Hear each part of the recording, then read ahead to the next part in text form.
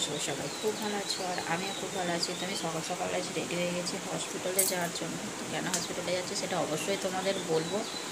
আর এদিকে দেখো, মেয়ে ঘুমাচ্ছে এখনও, বুঝতে পারছো তোমরা নিশ্চয়ই। আর এমনিতেও আমি সমস্ত কিছু নিয়ে রেডি হয়ে গেছি। তো দেখো 6:45 বাজে এখন। তো আমি ওকে সেই হিসেবে ডাকলাম না, ও উঠে পড়েছে।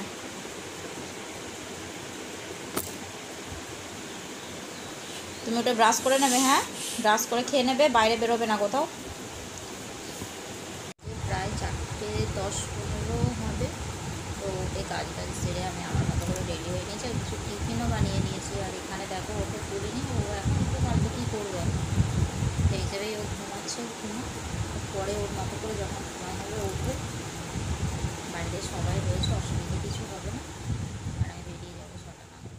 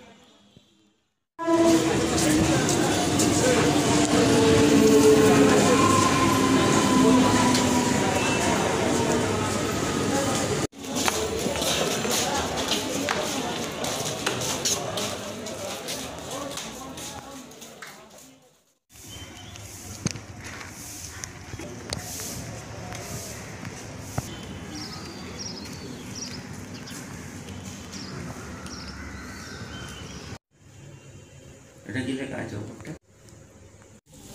আমি যে ব্যাগ নিয়ে করে দিতে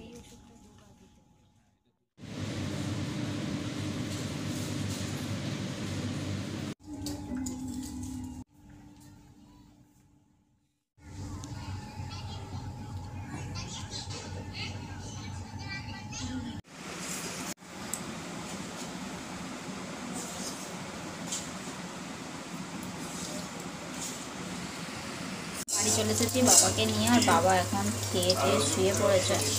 আর এখন এই কুমড়ো ভাজছি দুটো মুড়ি খাওয়ার জন্য।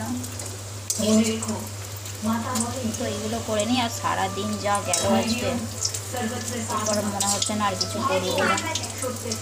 তো এইগুলো ভেজে নিই। চলো, গুড নাইট সবাইকে, ততক্ষণ পর্যন্ত